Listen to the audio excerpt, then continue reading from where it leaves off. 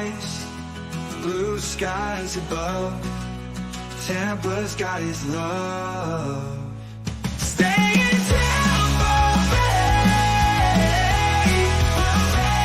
the place where we play. Can't live without the sun and the fun we have every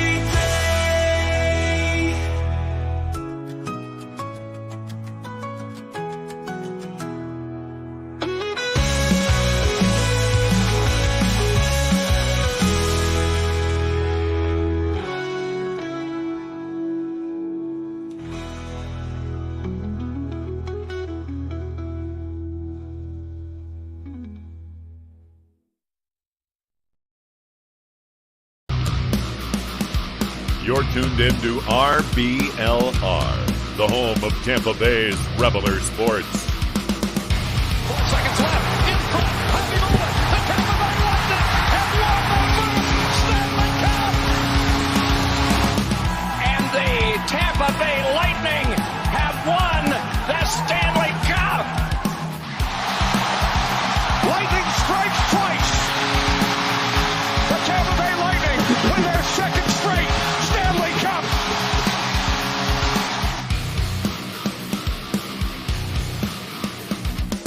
Hello, everybody, and welcome back to RBR Lightning. As always, my name is Jake Ricker. Alongside me today is Matt Gannon. Joe could not be with us today, but he'll be back hopefully soon. Matt, welcome to the show. First and foremost, how you doing today, my friend? Well, I'm on day 15 straight and counting of working. I've got a friend in the hospital. The Panthers won the cup. But, man, that countdown song made this week entirely worth it. That was so corny. I loved it. Yeah, listen, our producer Eureka has gone down too far gone too much down the rabbit hole with these AI songs. I don't know what's going on anymore, but hope you guys did enjoy it. Listen, it's going to be an action-packed episode for today. We got a lot to talk about. We got the NHL awards coming up. We've got the draft coming up. We've got free agency coming up. There's so many things going on, all happening right now in the NHL. Of course, Stanley Cup Finals just ended, as Matt mentioned. We'll hit on that a little bit, but it's going to be a fun episode. If you're new here, get ready. It's going to be a ton of fun, a lot of things to talk about. We're live today, by the way, once again, so don't forget you can comment on anything we're talking about. We'll pull your comments up and talk about those things as well, so be sure to join in the conversation. And if you've been here before, if you guys could do us a big favor, hit that like button, hit that subscribe button so you don't miss out on these future episodes. It really helps us out, and we really appreciate it. So with that said, though, let's get right into the news. Matt, couple of quick things to note for the Lightning. Big news for John Cooper as he was officially named Canada's coach for 2025 Four Nations Face-Off and the 2026 Olympics. So John Cooper getting some big recognition, some well-deserved recognition, and is going. I'm most excited personally about him coaching the 2026 Olympics. So he's coached in things like this before, but on the big stage once again for him. Awesome for Coach Cooper. Yeah, I didn't know he got voted to the Olympic squad as well. I mean, obviously, it's going to translate, if you're going to be doing a best-on-best tournament. So that's really cool that Coop got the nod for that as well. I'm kind of curious on who his supporting staff might be. Of course, unanimously, it's probably not up to a vote. It's up to the GM. But, everybody would vote John Cooper as the head coach. But I'm curious on who his supporting staff might be. I think it'd be cool, if he gets St. Louis up there too, maybe Paul Maurice as well, a couple of winning coaches and a good buddy of his. So what an honor it is. I'm obviously going to be cheering USA on this one, but it's still really cool that Cooper has the opportunity to coach two, best-on-best tournaments. That was going to be my question, Matt. Like, does it get a little conflicting? Like, USA, obviously we're here from the U.S., but then it's like, oh, man, I want John Cooper, and I'm sure Steven Stamkos will – well, no, I shouldn't say I'm sure. Hopefully Steven Stamkos will finally get a chance to compete in the Olympics, even though he keeps getting screwed because of injuries or COVID or whatever the heck it was in years past. But do you root for Canada? Maybe just a little bit? I'm with you. I think you go USA. If for some reason USA is not playing or they're out of it, and maybe you root for the Lightning guys. You might not agree with this, but it's like, with the final, with Edmonton versus Florida, I can find a little bit of good in everything. At the end of the day, you cheer for personalities. Of course, I'm going to be cheering for the USA, of course, but if John Cooper gets a gold medal, that just really does cement his spot in the Hockey Hall of Fame, as a coach. So, and there's, Lightning players that are going to be on that team, like, probably Steven Stamkos, probably Braden Point. So I think that'd be really cool. At the end of the day, cheering for these guys getting international success, whether it be in the Four Nations face-off or the Olympics as well later on down the road. I think it would be really cool regardless. You can find a little bit of good in everything, I think. No, that's a good point. Could you imagine a Canadian and Russian final in the Olympics where you got Vasilevsky and Kucherov facing off against Stamkos and Point and Coop on the bench just across the way? That would be pretty entertaining for Lightning fans anyway, when it comes to watching their players on the big stage. But congratulations to Coach Cooper. Very well-deserved nomination. It'll be exciting to watch him on the bench for those big events. Also, some other news relating to jerseys, as Fanatics has officially taken over as the official on-ice partner. I know. So Fanatics, if you don't know, has been talked about a lot lately. Let's just put it that way. When it came to their takeover with the MLB uniforms, also Fanatics in the past has not had a good reputation when it comes to their merchandise. A lot of people say it's cheap. There's always screw-ups people are posting about. Nothing's really gone over well for them, but they've officially taken over for the NHL. Adidas is out, and today Fanatics went out and unveiled all of the team's new jerseys because it's a lot of the teams are very much the same. Like, for example, the Lightning jersey is basically identical, but technically it's a new jersey because it's made by a new company. Are a couple of changes for some teams like the Anaheim Ducks and the Los Angeles Kings, which I both love, by the way. I think they look great. Matt, are you a fan of those at all? Did you see those jerseys? I'm a big fan. I was never like a hater like everybody else on the Ducks jerseys. I've always been a little bit of a closet Ducks fan as well, and a bit of a closet Kings fan. I know that kind of, it's like being a Panthers fan and a Lightning fan at the same time. It doesn't really compute. But I never really hated, I guess now, old uniforms for the Ducks. But, I do like this, refresh, rebrand a little bit better. Everybody loves the cartoony duck and the LA King. Yeah, everybody does. It's definitely an upgrade, but it's not as big of an upgrade in my opinion. But it's still definitely an upgrade. And the Kings jerseys, I always think the Kings jerseys look really clean. A lot of people say they're boring, but I black and white, that's kind of my, style. Sometimes a little bit of boring is good. Exactly. The Lightning jerseys, I'll admit, I think they're kind of boring, but keeping it, they're come on. There's not a whole lot to them. But no, you're right. No, I'm agreeing. Like, yeah, it's a little boring. Simplicity, for the most part is good. So even though the Ducks one's a little out there is probably not the right way to put it. It's a really clean jersey. I like the way they did, their striping and the sleeve design and all that. And the Kings jerseys, they look clean. I like the OG look, the retro look to them as well. So both are really good looks. And I guess, the biggest thing I can say about the Fanatics takeover, at least for the Lightning jerseys, I'm going to wait to really criticize these jerseys. Again, they're going to be made in the same factory that Adidas were pumping out their jerseys in, and the Adidas jerseys, they were great. Big fan of them. Yes. I think everybody was. So hopefully, the process stays the same. I don't really know how the jersey making process, what's involved in it, but it being, held in the same facilities and all that, probably a lot of the same workers there, same robots. I don't know how it goes on, but hopefully the jerseys, at least for a couple of years, stay, pretty decent, pretty good. And again, for the Lightning, no design changes at all. If there's any silver lining to it, we are still one of the few teams that has not gotten taken down by the jersey patch. I know Chicago, they just got one of theirs. At least it kind of, matches. It's a white-ish logo. But thank the Lord above that the Lightning have not fallen victim to the jersey patch yet.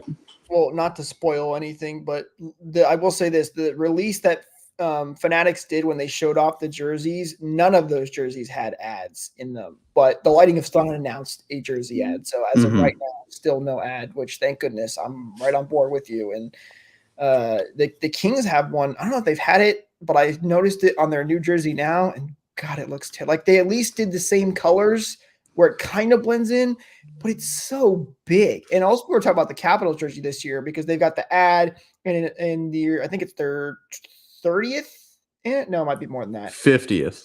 Is it 50th? Okay, I was way Yeah. off. Holy cow. Point being, they have an anniversary patch and the ad on their jersey. People are like, where's the C and A going to go on the Capitals jersey? It's a mess. It's the same thing going on for the Ducks this year too. I think that was this last past year. Because the I don't Ducks remember and what the they did. Panthers. I don't need it was with the captain's patch or something. They had to move it like Right. down like 4 inches or That's something right. like They moved that. it down. It looked terrible. I saw somebody suggest for the Capitals. I know we're a Lightning podcast. I want to get to more Lightning related stuff. Oh, you don't want somebody to talk about the Caps?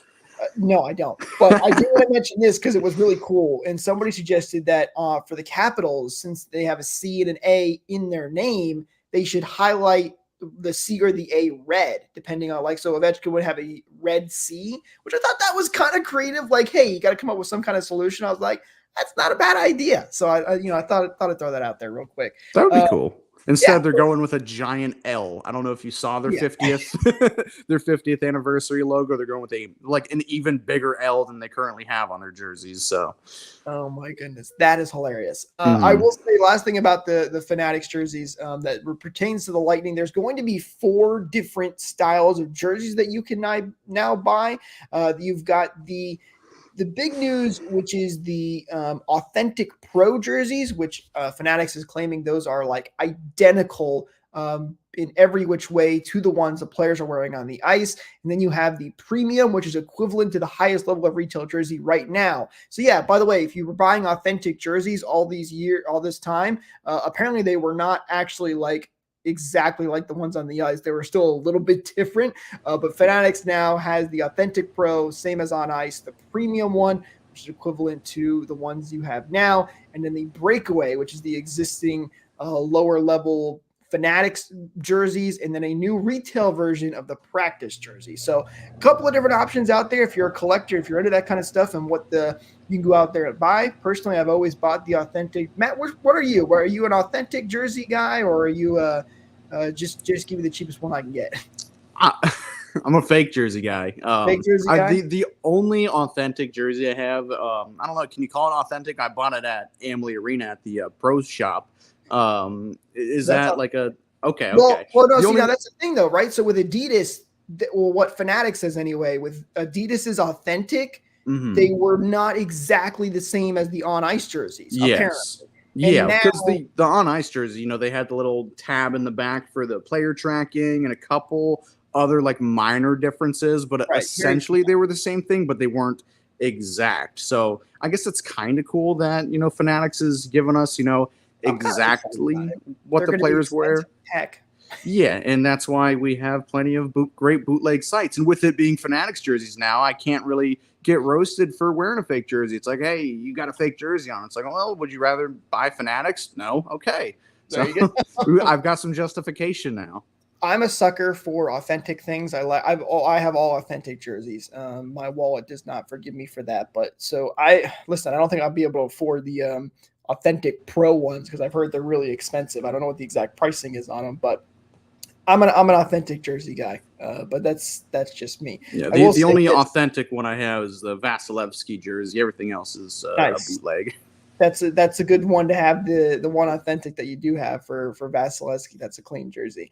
But hey, if you don't want to go over to Fanatics and spend all that money on those authentic jerseys and take the risk of those coming back and looking really weird, you can head over to shop.rblrsports.com and check out our awesome team-inspired merch from the Lightning, the Rays, the Bucks, the Rowdies, you name it. We've got it covered here for Tampa Bay. Again, shop.rblrsports. Links, as always, are in the descriptions. And for you guys, you can use code BOLTS to get 10% off your order. So be sure to head over there and check out the awesome team-inspired merch that we've got over there for you guys.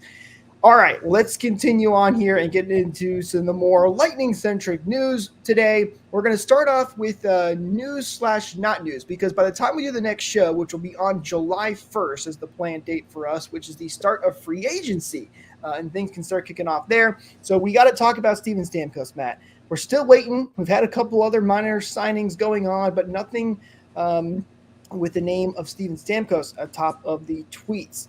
And the reports coming out are, well, I can't even say reports. Basically, there were some people that came out and said today, oh, Steven Stamkos' camp, it's business as usual, and he can become a unrestricted free agent on July 1st.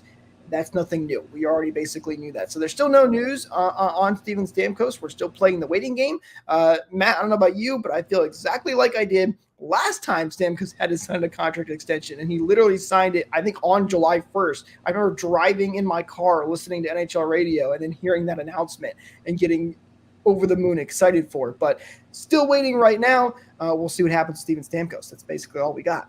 Yeah, again, we're just playing the waiting game. I'm still kind of, I'm taking the optimistic route here and saying, maybe, July 1st, when it's possible, that they're going to come out with matching deals for Steven Stamkos and Victor Hedman.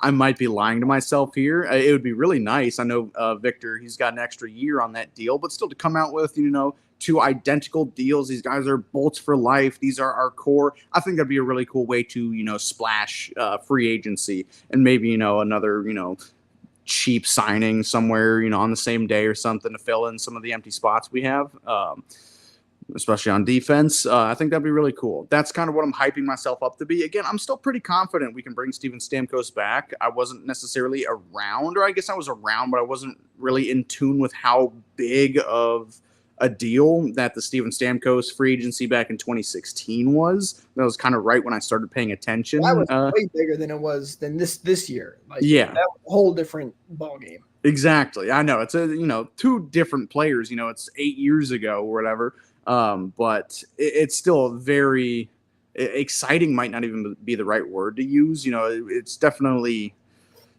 I guess, exciting. It's really the next thing where I'm looking forward to when it comes to the Lightning, when it comes to hockey in general. So it's definitely going to be a nail biter up until July 1st.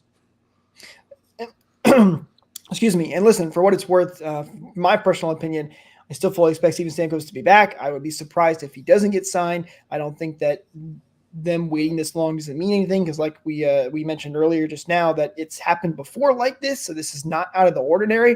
And usually when guys are going to test the free agent market, the reporters will come out and say that. Like, there's been some reports on a couple other guys like, hey, they're going to test the market on July 1st. That has not been said for Steven Stamkos. So at the very least, the negotiations are still ongoing. It has not been said that he is definitely going to go in free agency and test the market. So just because it goes beyond July 1st, yes, team can start talking to him. That doesn't mean he's not going to sign. So don't think if July 1st hits and Steven Stamkos has not come out with a new deal, that does not mean he is out with the Tampa Bay Lightning. That should be noted as well. And with, no reports of, Steven Stamkos is going to test free agency. I'm not sure who his agent is. I can't remember off the top of my head. Do you know, Jake?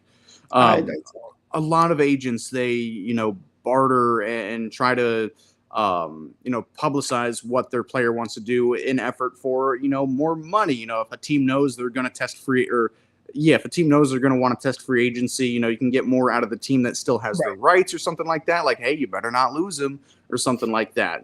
So I guess that's kind of a good thing that we're not hearing anything on that end of it. Kind of like, Mitch Marner's agent, Darren Ferris, he advertises his client a lot through the media, through Twitter, whatever it might be, saying like, oh, he's going to want this price or something like that, or here's what's going on with this situation.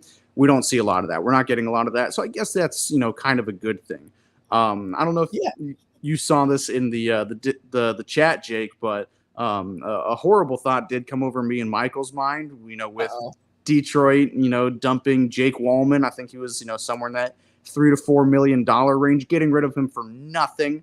Who's a good player. You could totally recoup assets for Jake Wallman. They paid to get rid of him.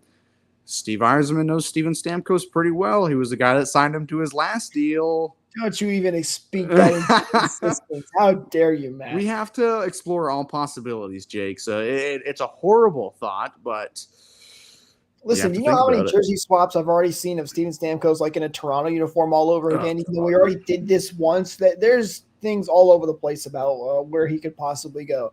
That would be an interesting one, though. Him going to Detroit and reuniting with Steve Yzerman. I would not like that one bit. But listen, I still fully expect him to sign. And for what it's worth, since I'm talking here and I don't have the most credit when it comes to those kind of things, but Diandra, who covers the Lightning and does some reporting for different various sites, she said as well she fully expects Steven Stamkos to be back. Again, we're not plugged in to that type of their agents and team standpoint and what he's thinking, but for what it's worth, most people are still expecting him to resign. So hopefully sooner rather than later, so we don't have to sweat and wait it out. But with July 1st, we should also mention free agency. Now, Lightning obviously do not have a lot of cap space. We've known that for a while now, and they're going to be up against it like what it feels like every single year. They've never got any cap space. They've got about $5.3 million right now. A lot of guys that still need to be re-signed, though. Matt, is there anybody in free agency that you might have your eye on? Because I think there's, like, listen, the Lightning are not going to have a lot of cap. But, if guys like I'm blanking on his name right now, but listen, they're going to lose a couple of forwards. Anthony Duclair. If guys like Anthony Duclair don't re-sign, they're going to need to go fill those spots somewhere. They could potentially get a couple of low-level guys in free agency. Do you have anybody on your mind that you would want to see the Lightning go after? Even if it's just it's never going to happen. I just want it to.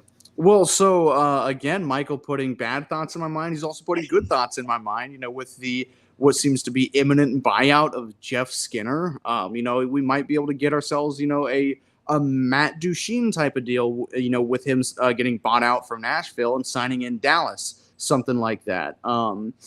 If he signs for like $3 million or $4 or something in that range, I know, we'd be really, really, squeezing some cap, but I think he's still a really good player. Don't ignore my man crush on Jeff Skinner. I love him so much because he's just a great, funny, jovial guy. He's still a good player. He's still good for 30 goals and, 70 odd points or something like that. So that's somebody I think would be really cool. Of course, I think we want to focus more on the defense of it. I know with McDonough coming back, the defense. See, actually, I don't think they need to go. Like, listen, I think if there's one place that they do not need to go, it's defense. I think the defense is pretty much set. Even if, which we'll get to this in a little bit, they trade somebody like Chernak or Perbix or whoever. I think the forwards is where you're going to have to sign some guys. Because even if you trade one of those defensemen, I think the Lightning have about 7 defensemen that they can play with right now. 7 or 8, actually. I can't remember the exact number off the top of my head. I have to go back through the lines. But I think defense, they're okay. Yeah, we were, speculating this on, a couple shows ago. I think we were still doing player grades or something, but seeing, what the defense would look like without certain guys and even with the lineup as it currently sits, it's like, well, who does sit? We've got Lilleberg, who's kind of slotting in as a 7th defenseman, something like that. Right. And, I want him in the lineup, but we kind of have, a good group of guys. So hopefully, with Jeff Blashill hopefully being fired into the sun or something like that, the defense maybe writing itself with a different voice in the room that I'm kind of trying to speak into existence. I agree with you, Jake. I don't think that it's the biggest issue that needs to be addressed. And maybe we do just end up getting a depth defenseman, another 7th, 8th guy, for league min, veteran, maybe another Calvin DeHaan, type of guy, somebody who can slot in if there's an injury or just trying to rotate guys, whatever it might be. But yes, objectively the best way to go about this free agency is to target, a cheap but, reliable forward. You bring in somebody that we thought Connor Sherry might be. He might be on his way out, or he might find, something he was lacking last year with a little bit more time on the team. I'm still, if he does stay, because he's got another year or 2 more years on his deal. 2 more years? 2 more years. Listen, Connor Sherry, but you're right though that that's maybe the signing that they're looking for potentially.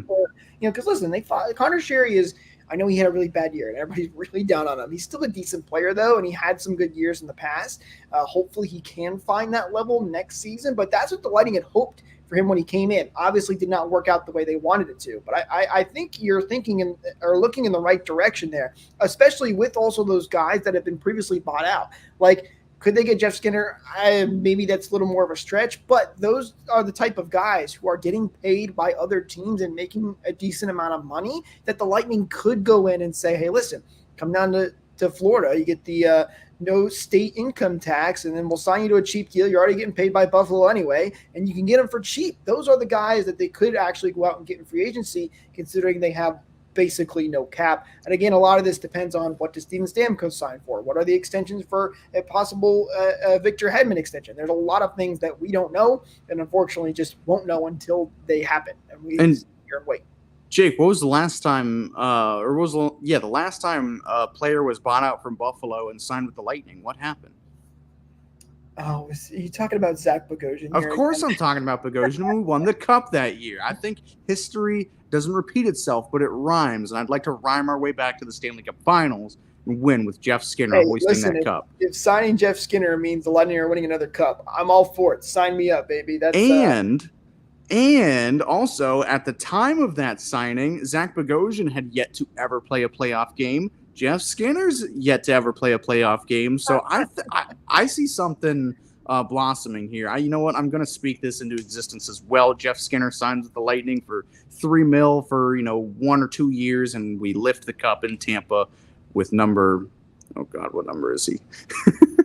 With Jeff Skinner on the team, 29. Well, all right. I mean, if you're with us live, let us know, or if you're watching after the fact, let us know in the comments what you think about a potential Jeff Skinner signing or anybody else that you might be interested in the Lightning potentially going after, whether it's realistic or not. Let's have some fun with it. Why not? I don't know what the Lightning will be doing with their cap space, but doesn't mean we can't have some fun. But that'll be something to look out for July 1st, and we will hopefully be having another show on July 1st. So when all that starts kicking off, we'll be able to talk about a lot of the things that are going on in that exact time for free agency. We do have a couple other things coming up, though, before our next show in just a couple of days. Matt, let's start with the NHL draft. That is happening on Friday, June 28th, starting at 7 p.m. And then on Saturday, June 29th, I believe it's rounds 1 and 2 on the first day. Or I think it's just round one, and then it's 2 through 7. Is the next day. That's correct. So the draft is coming up for the Lightning. Now, technically, we do not have a pick until the 4th round. So really the Lightning draft is happening on the 29th, but things will be going down in the first round starting on the 28th. If you're wondering what picks the Lightning have, I will give them to you now. The Lightning have the 4th round pick from the Edmonton Oilers, which, by the way, could have been a 2025 4th round pick, but because Edmonton did not win the Stanley Cup, we get the pick this year in 2024. So they've got the 4th round pick from Edmonton, a 5th round pick, a 6th round pick, and 2 7th round picks from Chicago and Minnesota. So which picks do we actually a Lightning pick this year? Do you have that? The 5th and the 6th. My God.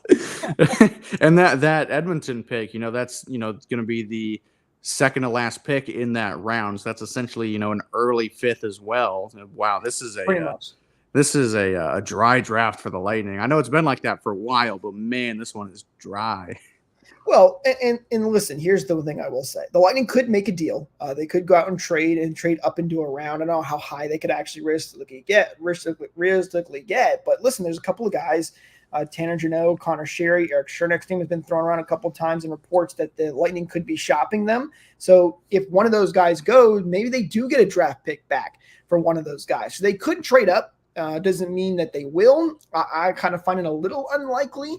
Also on TBR, on the Bolt Report, we've been counting down some of the best Lightning steals in draft history. I've liked that series. That's a good series, Jake. Yeah, Michael's done a really great job with that and counting those down. But the reason I bring that up is because if you look at what the Lightning have done, history tells you that, listen, Lightning, we all know, are a very good drafting team. So just because they have a 4th round pick or a 6th round pick or 7th round pick doesn't mean that they're not going to get any nobody. Heck, Pavel Kubina was a 7th round pick that the Lightning went and drafted, and he's a Tampa Bay Lightning Stanley Cup champion. So the Lightning could still absolutely make some waves in those later rounds. I can't tell you who they're going to draft because it's so far deep into the draft, but we'll have to wait and see. I was going to ask you, if you have eyes on any player you might think, but, with it being a very late 4th rounder, I know that's kind of a foolish question. Almost a dartboard throw. I mean, you can look at what the Lightning need. I think depth defensemen, as we kind of talked about, could be a potential target area. Maybe a couple more actually, you know what? Goaltenders. I think they need some more depth goaltenders because they've had some changes there, especially in the lower levels. So maybe a goaltender pick. I would not be surprised Lightning to go after 1 or 2 goaltenders. That's actually a really wise pick, Jay. Because didn't Hugo Alnefeld, didn't he sign overseas? Yes, he did. He went overseas. So the Lightning lost. Actually, since Cap Friendly, thank goodness, is still active as of right now. I can look at our exact goaltender situation. I mean, obviously, you're set at the NHL level with Vasilevsky and Johansson. And then as for other goaltenders, they only have Matt Tompkins, and they still have Alnefeld on here, who is signing overseas. So yeah, there you go. I think they're gonna maybe 3 goaltenders even potentially. I think at least 2 they could go after in this. Well, I say 3. That'd be like half their picks, right? Well, goaltenders definitely one to keep your eye on, maybe. So if you got any potential goalies Lightning could go after, let us know down in the comments. We'd love to hear what you guys are thinking. I think that could be interesting. Now, one other thing we do need to mention too, that news that did come out that I almost forgot about, Matt, is we do have the preseason schedule officially out. So that was announced. So that's some, minor things, but exciting. The Lightning are going to be taking on the Carolina Hurricanes starting September 24th. So mark your calendars. That is the start of the preseason. Your typical opponents with Florida, Nashville, and Carolina. The Lightning also are going to be playing a couple of home games. They got 3 away games, and I believe they're also still going to be, they'll be playing their game in Orlando as they always do. Now at the called Kia Center, not the Amway Center anymore. Such a weird name change that they went to the Kia Center instead of Amway. But that on September 25th against Florida, that's always a fun game. I got to go to that last year. And as we know, the Lightning and Florida rivalry is always so much fun to go. Even I've gone to a couple of Panthers Lightning games in Amway. I've never gone to the Orlando games, but for whatever reason, the Orlando games are always a bloodbath, even for preseason games. They're always. I remember going to the game last year, and it was feisty as ever. Yeah. Like, thought it was a regular season game. And the year prior as well, like it's always, a bit of a bloodbath ever since 2021, ever since that, initial first round series against the Panthers. These preseason games have been almost as good as the regular season games, almost as good as these playoff games when it comes to the pushing and shoving. So, I'm not going to lie and say, oh, we don't want to see that. We want to see that. Even if it's a preseason game, we want to see that. It's always fun. I was all into it at the game. I was up and cheering as well as ever, even though it was a preseason game. So if you're in the Orlando area, I highly recommend you go check that out. It is a fun time, a little bit of a change of environment as well. And hey, the Lightning are playing on September 30th again, which is on my birthday. Now, I think they do not have a very good record on my birthday, so maybe that's a bad thing. Maybe they can break that streak finally. But, our producer, Eureka, also tells us that Nick, who's been writing some awesome articles for us on RBLR Lightning, I highly recommend you go check those out if you haven't already. He's naming a guy at every pick on his article that's publishing tomorrow. So be on the lookout for that. You can follow us at RBLR Sports or at RBLR Lightning so you don't miss that when it does come out. So be sure to go check that out as well. All right, Matt, one more thing that we got to talk about, which is happening tomorrow. It is everybody's favorite thing to watch. It is the award show. This is happening tomorrow on the 27th in Las Vegas. And, of course, the big news for the Lightning is going to be Nikita Kucherov, who is up for 2 trophies, the Ted Lindsay and the Hart Trophy. Will he win those? I don't know. We're going to have to wait and see. Matt, will you be watching? I'll be watching the Hart Award and the Lindsay Award and probably not much else. As much of a nerd I am for hockey, in general, not even just the Lightning, a lot of these programs are kind of hard to watch. They're corny. Hard to watch is an understatement. And sometimes the cringe factor, makes it a bit endearing to me. Sometimes you like it, but I'm pretty much just going to be tuning in just for, whatever Kucherov is nominated for. Do you have a thought on what I know we've already beat this topic to death, but it's been, a couple months. Do you have thoughts on if or what Kucherov is going to win for the 2 he's nominated for? If he's going to win one, I can definitely see the Ted Lindsay being more likely because that one is by your peers. That's more of an NHLPA thing. It is an NHLPA thing. And I think the players would be more likely to give Kucherov an award than the NHL. I could see the NHL writers doing something silly and going way off the board with their picks. So that wouldn't surprise me. So if he's going to win one of them, I think it would be the Ted Lindsay Award. I hope he wins both. I think he deserves to win both. I know we've talked about this, as you said, Matt, and we're very biased, obviously, but this guy you scored 100 assists as a winger, which is practically done in a very long time. Not by a winger. That's right, not by a winger. Mm-hmm. And so he was the backbone of this Lightning team this year. And I don't think there's any reason he shouldn't be named the most valuable player. But my prediction is the Ted Lindsay. So I'm the opposite. I think he's going to win the Hart because objectively he was the most valuable player to his team this year. He had the most points. He had the tied for the most assists. He was without a doubt, by definition, the most valuable player to his team this year. To me, if I had a vote, it would go to Kucherov. As unbiased as I'm definitely not. If I was voting unbiasedly, it would go to Kucherov. But the Ted Lindsay Trophy is the most outstanding player as voted on by your peers. Or how like a little bit different, yeah. Yeah, however the verbiage is, but it still is a different trophy. And to me, if I was a player in the league, I would vote for Nathan MacKinnon because the way that both of those guys play their games are night and day different. Kucherov, he's cerebral, he's silent, he's an assassin, whereas Nathan MacKinnon, he's brutal, up front, in your face, the way he plays his game. It's a much more entertaining style of game where, he turns on the jets and just powers his way through defenses and stuff like that. And it's such a more flashy style of play, whereas Kucherov, again, it's just quiet and subtle, and he just kind of sneaks his way into things. But if you have, I'm going to sound like such a snob, but like an appreciation for the game, you can notice the little things that he does. I've joked and called him, the little thing king in the past because he makes these little subtle plays that, go unnoticed by so many people, even, seasoned hockey fans like us, even, professional writers, even he wows John Cooper a lot of the time. How he speaks about Kucherov. He's like, I didn't know he had that in him.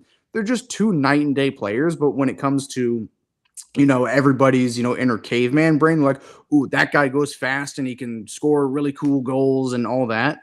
So I think the players will probably side for MacKinnon when it comes to the Ted Lindsay. Yeah, probably the more outstanding player this year, more fun player to watch. But when it comes to value, who was a bigger asset to their team this year, who elevated their teammates more, it was Nikita Kucherov. And I'll die on that hill. I think that's the way the voting should go. I think that's the way the voting might go. I'm not entirely sure. I give a lot of these professional hockey writers, crap for some of their takes. A lot of them are extremely biased, as you can see in some of the playoff MVP voting, the Conn Smythe voting. If you're a local, just all the voting all the time. If you're a Boston sports writer, even if, Patrice Bergeron didn't play this year, and I'm sure he's going to get a heart vote from somebody, from somebody in Boston. These writers are biased. So that's the way I think it's probably going to shake out. The way it should shake out is Cooch, Hart, MacKinnon, Lindsay.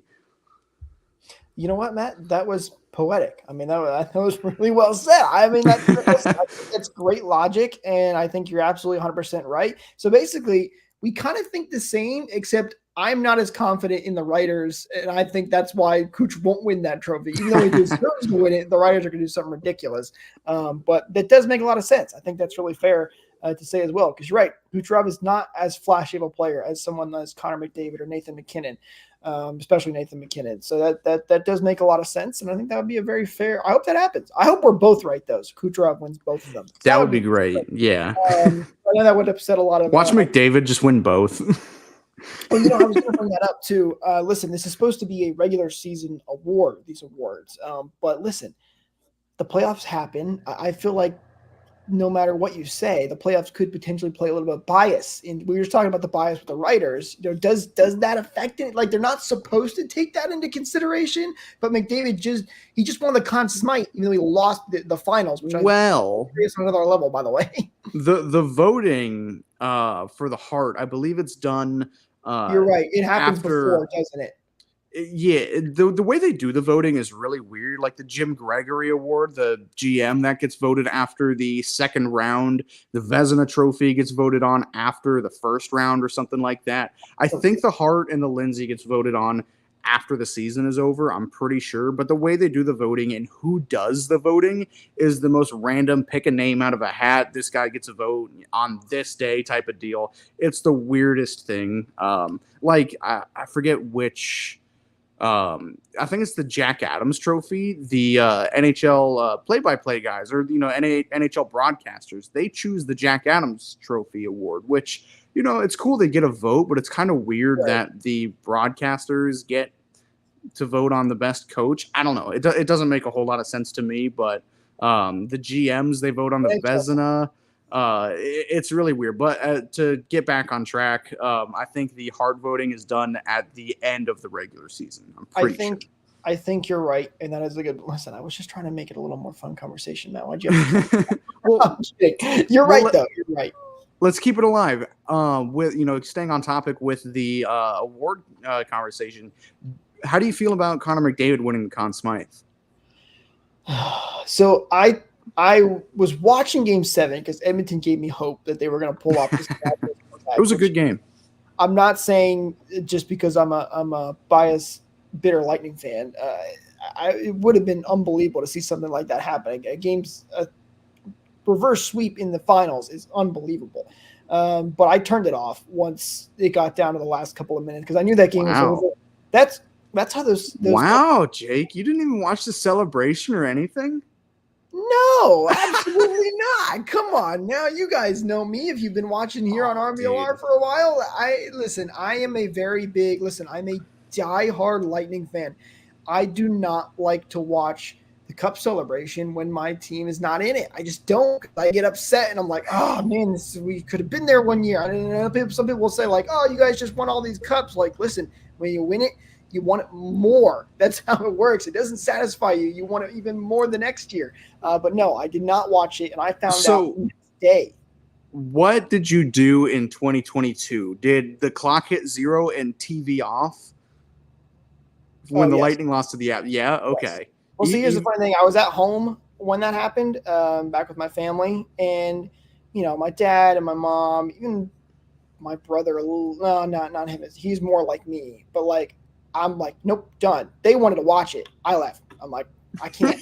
I'm upset. I'm hurt. I am. And listen, am I crazy? Maybe. But that's who I am. Yeah, no, clock hit zeros off. And I was furious at the time because of all the things that happened that year. But yeah, listen, they just won back-to-back cups. I really shouldn't have been that upset. But, in the moment, you're like, you're angry, you're upset. It's tough to see your team lose. So no, I do not watch. I've watched celebrations before. Like if the Lightning are nowhere near it, like they lose in round 1 and the team that was this year. Yeah, but the Panthers. Okay. So I didn't want to see that. That's why. That's what I was going to say. Like if the team that the Lightning got beat by is already out, then maybe I'll watch a little bit of it. But no, I'm typically not. Are you? Do you watch the celebrations? What were you? I watched every second of this year. I watched every second of last year. I can't remember how much I watched of the 2022 celebration, but I watched a good bit of it. Like I'm interested to see, the handoff, who gets it. I'm interested to see who wins the Conn Smythe. 2022 it was a hard pill to swallow, but I remember I did watch, a good portion of it at the very least up until the Conn Smythe, or I guess past the Conn Smythe because they get the trophy, the Stanley Cup after that. So, I can't officially answer your question. By the way, I laughed when I found out because I can't remember. I haven't looked, and I need to. Has that ever happened before? I think it has. Yeah, the last time it was 2003. It was J.S. Giguere who absolutely deserved it. He willed Anaheim to the finals, and he was terrific in the finals. Before that, so I think this is the 6th time it's ever happened. In the 5 times prior, 4 of them were goaltenders, and the only other one was Reggie Leach. He was the only forward to do so, and he had like an insane amount of goals in the playoffs. And I think goaltender winning the Conn Smythe in a losing effort is very, very interesting to me. Well, I mean, if you're, I guess they're all close, super close games. People are still making the argument for Carey Price, like in 2021. Vazzy 100% deserved it. Price, kind of fell apart in the finals. The Lightning figured him out, easier than any other team could in the 3 rounds prior. But people still make the case he was still a fantastic goaltender, but he didn't steal steal series. it. He might have stole games, but he didn't. You lose in 5, you can't really make the argument. I think we lit him up for 5 goals in the first game and 4 goals the second game and 3 goals the third game. Like it was not a great showing in the finals. That's why Bob didn't get it. If he could continue being Bobrovsky in He rounds was 1, at 2, and lock for that 3, award up until Game 5. or Game 4 when they put 5 past him, but 8 up on the board. I lost $50 on that bet. I put money on Bob. You were ready for it, yeah. Hey, well, I mean, up until Game 4, yeah, you're right. Game 5, you definitely lost. But Game 4, once that happened, it's like, well, I don't know anymore.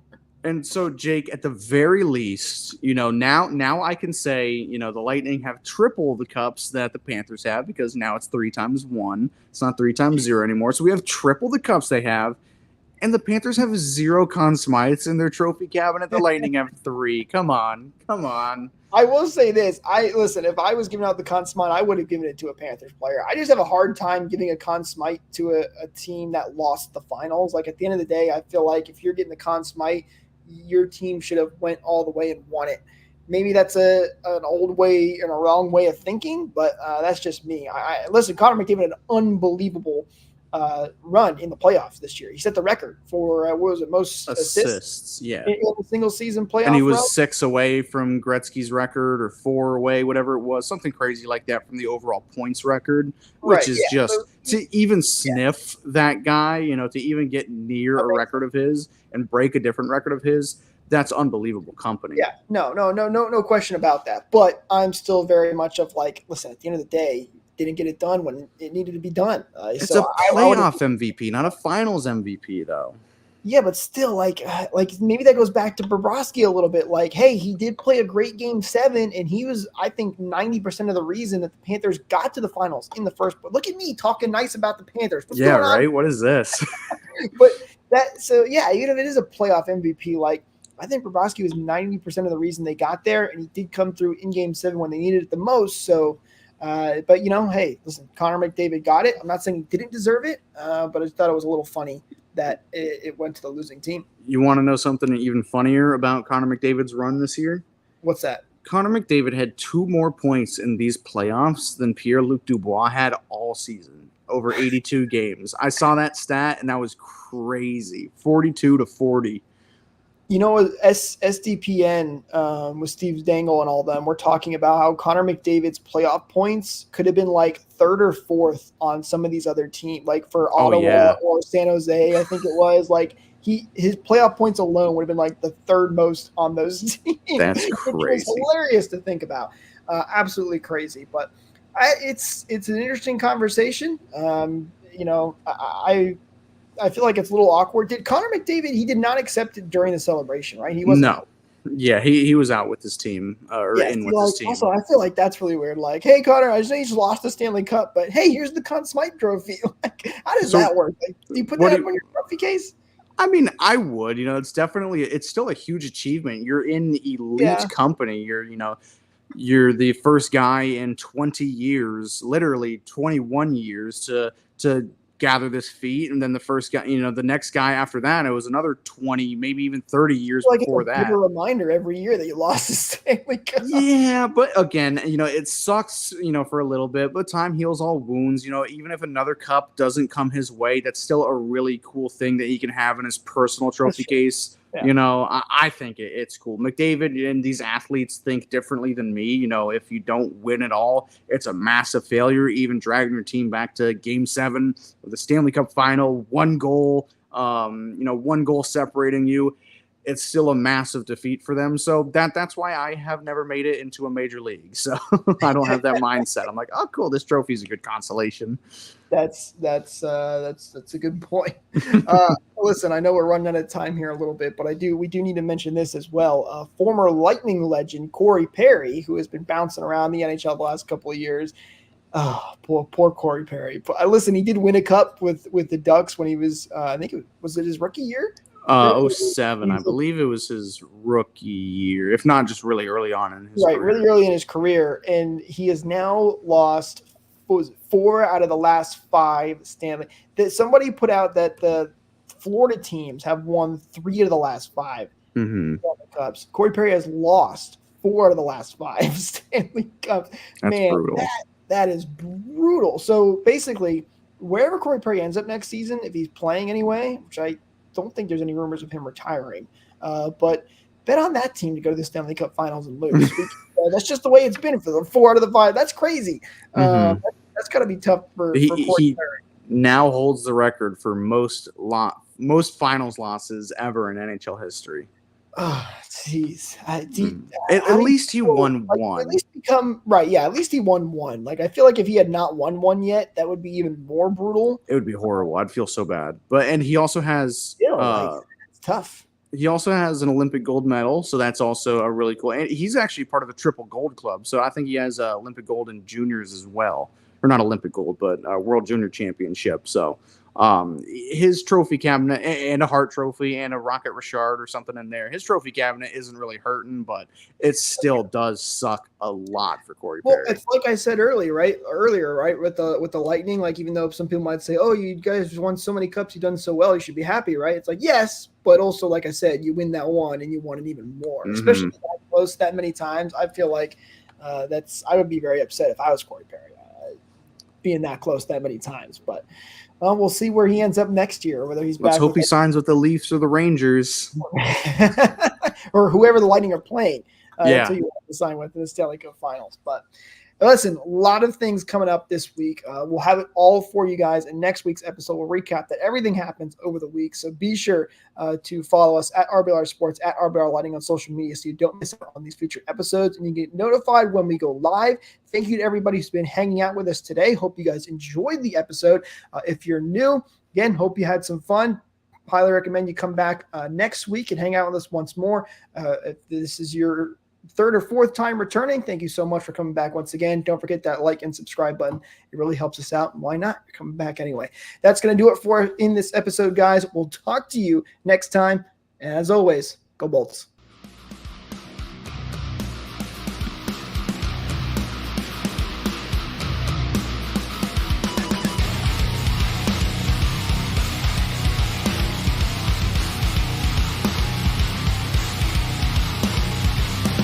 Thank you for tuning into this presentation by RBLR Sports. On your way out of the stadium, please remember to like and subscribe.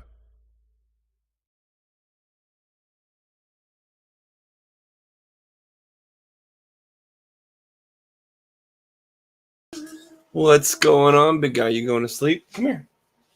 Say hi to the guys. Eureka, it says we're live still, by the way. Hey, bud. Say hi to everybody. Are we still live? Hello. Are we still live, Eureka? Show. Bye-bye. Maybe. Bye. Bye.